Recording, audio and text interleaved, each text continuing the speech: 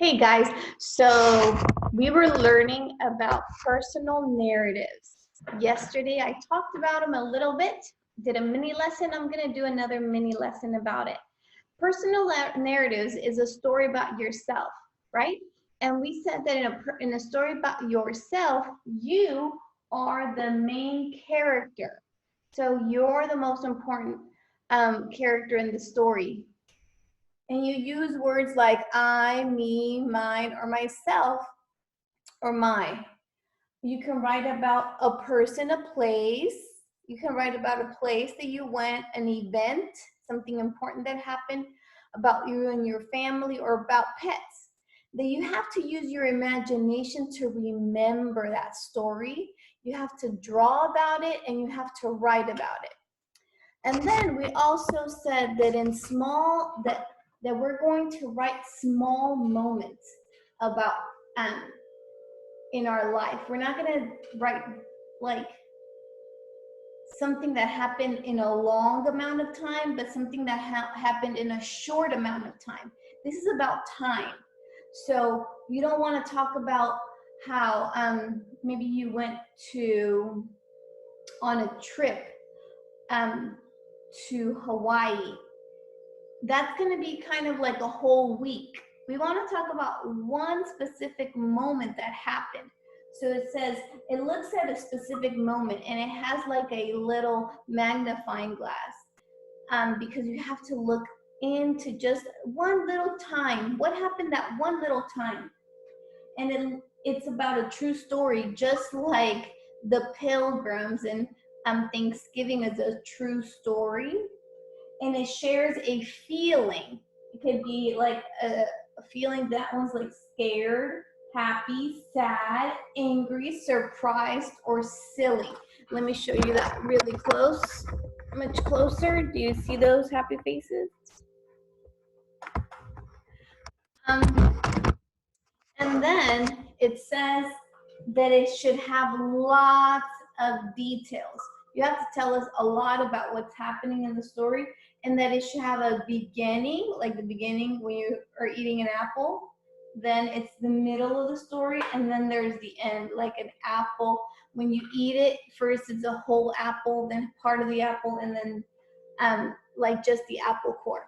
Today I'm going to talk about some of my personal narratives, and I'm just going to give you some little moments. So the first one we have here, I have a watermelon idea. A watermelon idea is when the idea is just like a very big moment, a very long time, and it's not a very small moment. And we're looking for small moments. So this is going to help us pick a small moment. Picking a small moment. So this is a big moment, a big time. It's not a moment, it's time. A long watermelon idea would be, I went camping this summer. The summer is like 3 months long. And it doesn't tell us very much about that time, just that you went camping. And someone would say like, oh, okay, that's nice. And maybe they wouldn't pay attention to you very much because it's like the whole summer you went camping. Oh, okay, that's nice. But on the other hand, if we want to pinpoint a very small moment while I was camping, then you're just going to tell a narrative personal story about a small moment when you were camping. So that's a big watermelon idea. I went camping this summer. But a seed, a small seed, like a watermelon seed, would be telling the story about one little moment. And I'll tell you what happened. I like when I tell a story, when I'm going to do a personal narrative, I like to set the stage. Say, set the stage. When you set the stage, you have the beginning of the story. And at the beginning, I have to set the stage and tell you, where did it happen? How did it happen? Or who was there? So it could be where or when and who was there or what happened, but I'm going to set the stage. So the stage is Sequoia National Park. I went camping to Sequoia National Park, and it was a lot of my friends. It was about 19 friends and my family. Rafa, my son, I only had one child at that time. He was only 3 years old. And it was about 18 chairs in a circle around a bonfire in the middle, late at night. And my friend, Anna, was playing guitar. And we had a bonfire and everybody was singing. And my mom said, I'm gonna go to the restroom. And so I said, okay. She took her flashlights because there were no lights there. And as soon as she started walking towards the bathroom, she screamed, a beast, a beast. And we looked, and it was a baby bear. He was coming towards our food box. They have a big metal food box that you have to put all of your food, and you have to lock it up so that the bears don't eat it. And we stopped singing. We turned on our flashlights. We flashed it, and it was a baby bear. And do you know what you're supposed to do when you see a bear when you're camping? No, you're not supposed to run. You're supposed to make loud noises with pots. So you start bending to scare the bear away. You never want to be close to a baby bear, because you know what happens when you're close to a baby bear? Guess who's close by? His mama. And you do not want to make a mama bear upset and feel like her baby bear is in danger, because she will attack. She'll attack if she feels that her baby bear is in danger. Let me see. And so we banged, and my mom came back to our bonfire, and the baby bear left, and we didn't hear it anymore that night. The end. Did you see that? I had a beginning. I set the stage. Setting the stage was telling you where the story happened. It happened in Sequoia National Park. It's a big, beautiful forest with the largest trees in the world. Tallest, largest. They're large. They're very, very wide.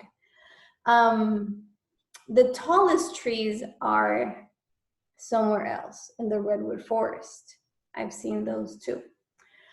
So I set the stage. I told you that we were among gigantic trees in the forest camping, and I told you the setting. It was Sequoia National Park, and it was at night, right? And it was like 10 years ago, right? And so that was setting the stage. Then I told you what happened first, what happened second, and what happened at the end, all right? Are you ready for another story? Okay, so the big watermelon story would be kind of like a long, boring one, like a short little story.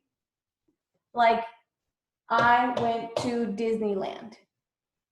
That's a big watermelon story. A lot of people go to Disneyland. It doesn't tell me anything important except that you went to Disneyland. It has no details. It doesn't really set the stage. But if I want to tell you about one specific seed of a moment that happened when I went to Disneyland this one time, then I would be talking about one little moment. See, the moment with the bear in Sequoia, it was a small moment. It happened like in 1 minute, and it really scared me. Right? I was scared because I was scared for my mom, and I was scared for my baby Rafa, and I was scared for everyone who was there. It was short, and it had feelings, and it was just 1 minute, really short. The next one is also very tiny moment that had a lot of information. It's the small seed is I met Minnie Mouse. Now, here I go. I'm gonna set the stage. I'm dressed up like Minnie Mouse, Mrs. Rodriguez. I've got my ears on. I've got a Minnie Mouse necklace. I've got a black and red outfit. And I have black and red and white shoes. And I'm wearing red earrings. And I've got Minnie Mouse makeup on. And I get in line. All right? So I set the stage. You know what I'm wearing, where I'm at, and I'm in line to meet Minnie Mouse, right? If you know, the characters don't actually use their words. They only use gestures with their hands, right? So it was my turn to meet Minnie Mouse, right? So, okay. So it was my turn, and I was like, "Hi, Minnie Mouse, how are you?" And she gave me a hug, and that made me feel so good. And then she looked at me and she said,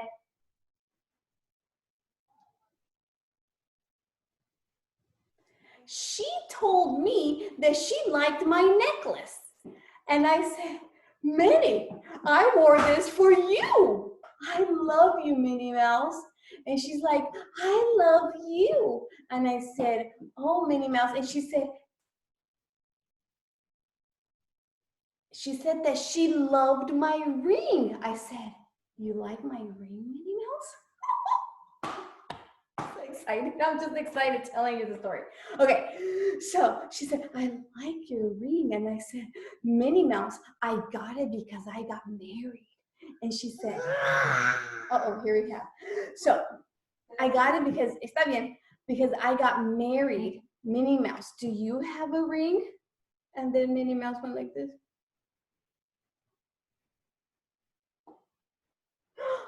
She started to cry. I said, "Minnie, don't worry, don't cry. It's the beginning of the year. This year might be the year when Mickey Mouse asks you to get married." She got so excited. She's like, "Oh, yes." And she went like this long dress, like this long dress, diamonds. I said, "Yes, Minnie." I said, "I could totally be your maid of honor." And she said, "Yes, yes." And we hugged, right? We hugged. I said, "Minnie Mouse, this is your year. You might get married with Mickey Mouse." And so then I said, "Okay, Minnie, it was so great meeting you. You're my best friend." And then, listen to this one. And then later on that day, I saw her at the parade, right? And she was at the end, because Mickey Mouse and Minnie Mouse are at the end of the parade. And then, hold on, Lucita, let me tell you about Minnie Mouse. And then when I was at the side and I was waving at her, she waved at me, she looked at me, and she sent me a kiss, people. I said, "Oh my gosh, Minnie Mouse remembered that it's me." So that made me feel so excited and happy that it was one of the best moments of my life in meeting Minnie Mouse. The end. I'm tired just telling you that story. It was like one of my favorite stories of my life. I forgot to tell you who was with me, but it just didn't really matter to me. It was just me and Minnie Mouse, but the kids were with me, and so was my husband. My husband took a lot of pictures of me on that day. Anyway, that was a small moment. It was awesome, Lucita. It was a big moment. And so here at the bottom, I have drawn some pictures, and they look like emojis. I've got surprised, beep, beep. I've got happy, I've got sad, and I have scared. Do you see it?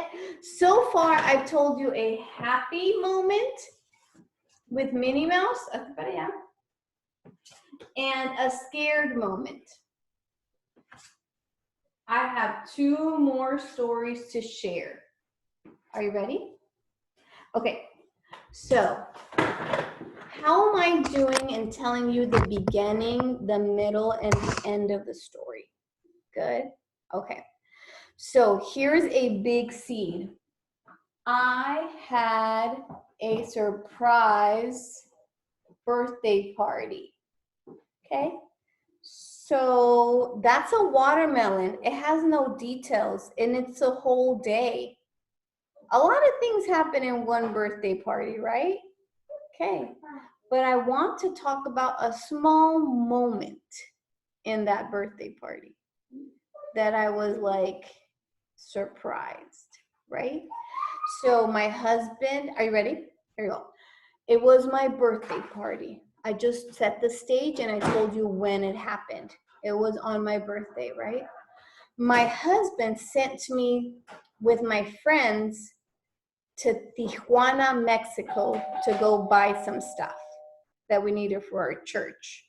And so my friends and I drove to Tijuana, Mexico early in the morning. And that gave them all day to prepare for my birthday, right? So when I came back, that's the small moment. I came and surprised there was a birthday.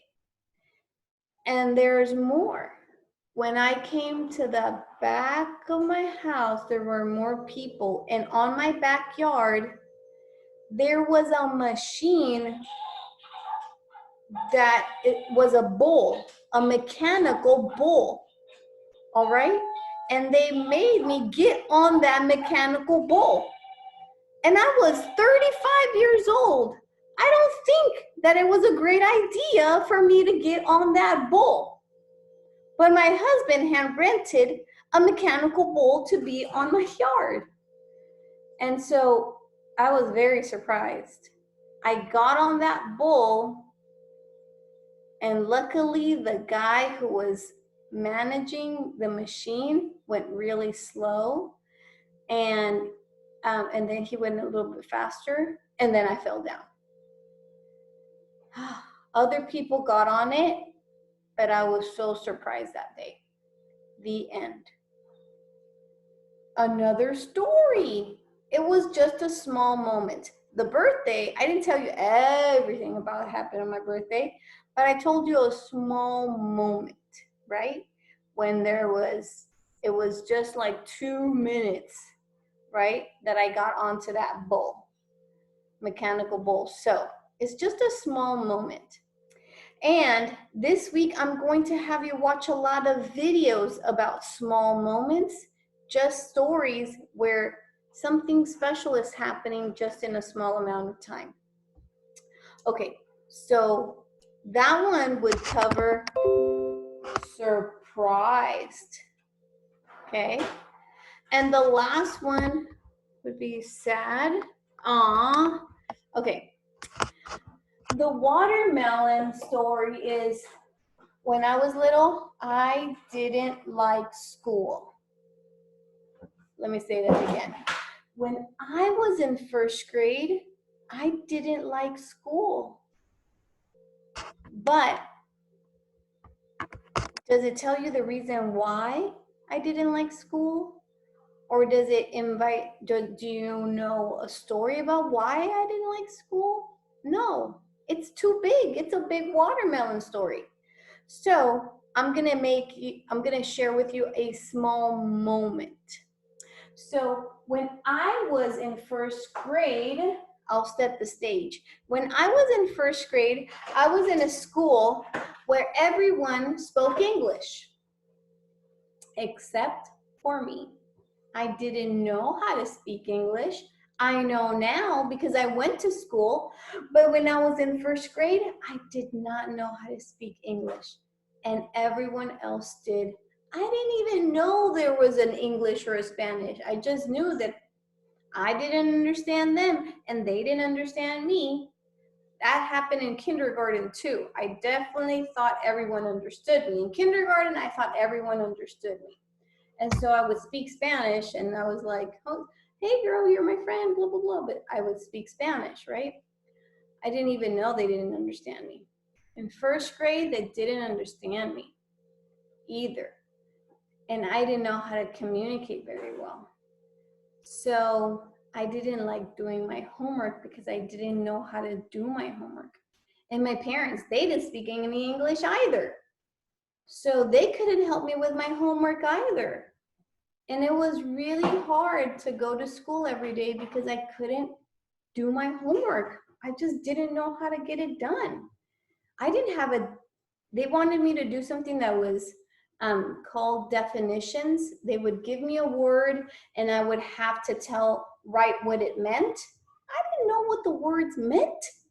So, and I didn't have a dictionary.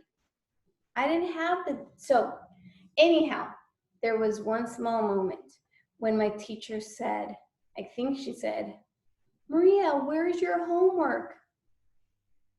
And I stood up and I pretended to turn in my homework in the homework basket, but I didn't. And then I felt like I really needed to go to the restroom, but I didn't know how to tell her because I didn't know how to say I need to go to the restroom.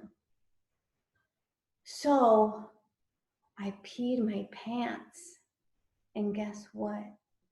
My teacher got mad at me for not telling her that I needed to go to the restroom, but I couldn't. And so then they sent me to the office with a friend, and then they called my dad. And my dad came with more clothes for me, and he was angry at me too. So my teacher was angry at me, and my dad was angry at me, and so I cried. I cried a lot. And since then, I didn't want to go back to school anymore.